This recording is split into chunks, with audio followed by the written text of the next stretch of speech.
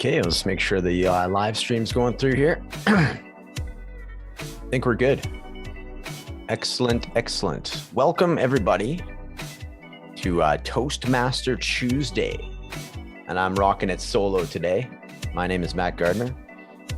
Ooh, things are happening that I'm not wanting to happen. Colonel Sanders is on my screen all of a sudden. Strange. Okay. What is this Colonel Sanders? KFC founder Colonel Sanders on how Jesus saved him from 1979 came up on my YouTube. Pretty random. Okay, let's fade out the music here. Yes, Toastmaster Tuesday. So anybody that's familiar with this or not familiar, I'm going to go through the rules either way. So what we're doing is, or what I'm doing is Toastmasters, for anybody that's not sure, is like a public speaking forum. It's basically where you get to practice. It's like a group that's, I think it's worldwide or international anyways. And you show up in a group of initially strangers. And then, of course, they become your clan, your group, your tribe. And you learn how to do public speaking through this, as far as you get different topics to do, like a 3 to 5 minute speech in front of everybody. So it really gets you thinking, getting confidence with your presentation skills and, and just public speaking in general. And there's a degree of improv as well, because it's a topic that's selected by like the Toastmaster, head person that's selected for that day. I've been to one, so I wish I knew the terminology better. I just stole the idea. Notice there's the lack of S. So it's Toastmaster Tuesday. So it's the same idea though. So what we're going to do today, or what I am doing, is a speech, impromptu speech, on converting energy. Yes. Yeah. So main thing about this is like, where did my energy go in early sobriety is where I'm going to focus on. So a lot of it is, how do you overcome a bad behavior, let's say? And so so for me, I'll just get started. That's I don't want to start giving away some of the speech here, some of my material, right? And okay, so I'm going to I'll make sure that my clock is in front of me. It's going to be a bit awkward. That way I can see. So I'm going to go for 5 minutes here and we'll see what happens. When it's my make sure, I think, I got everything recording. Okay, beauty. Okay, so 5 minute speech. I will be graded on how many landing words I have. If I sound like a hockey player with the which I tend to do, I can. So there's going to be that, and the fact if I can't wrap the speech up in time, with the phrase of pros own the clock. So you got to be able to make sure that you can say as close to a full-bodied speech as you can in a 5 minute period. Here we go. So 5 minutes on converted energy.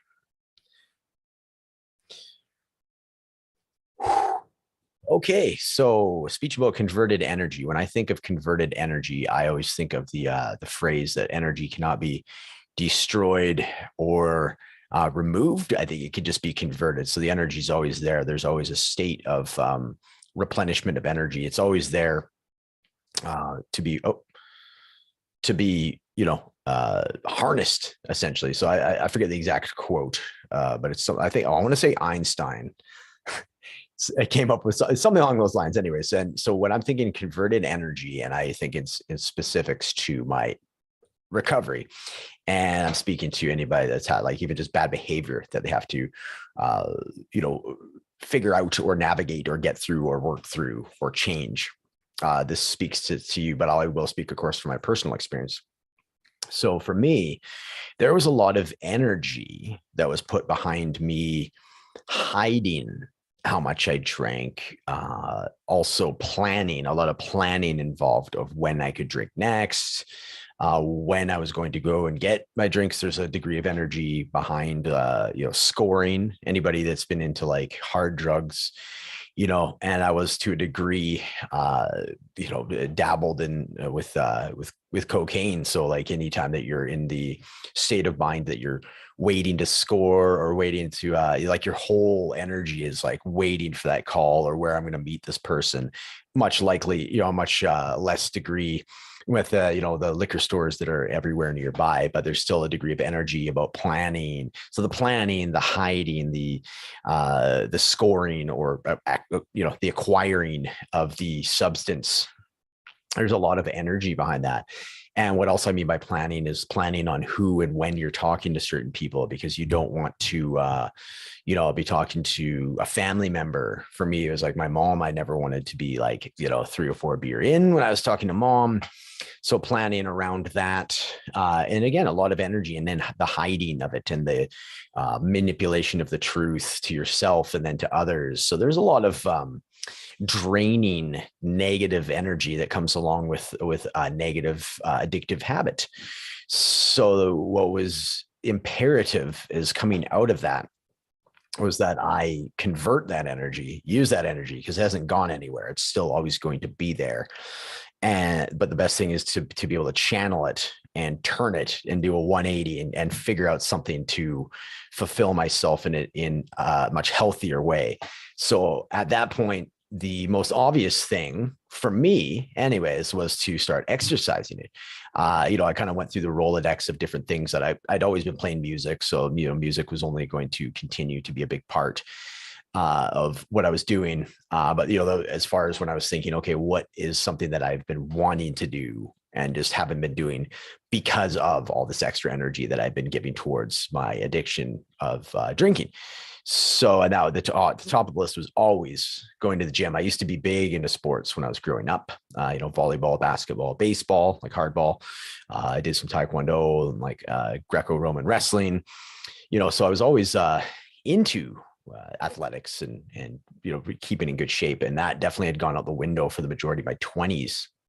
I was active at my job, but outside of my job, I would just come home and chill on the couch and have a few beers. So to change that lifestyle was the most obvious thing for me. And it worked out very well, because it was literally like taking one addiction for another, which I don't necessarily recommend entirely, other than the fact that at least you're going in the right direction now. And what I mean by that, I just wanted to quickly just explain that is, you are, by replacing one addiction for the other, you're still not getting into why you have an addictive behavior in the first place. What are you avoiding in your life, or that has happened to you in your life, that has caused these addictive behaviors in the first place? And that is the sort of the lifelong journey that you have to be on, and have that mindset, realizing that the addiction is the secondary problem.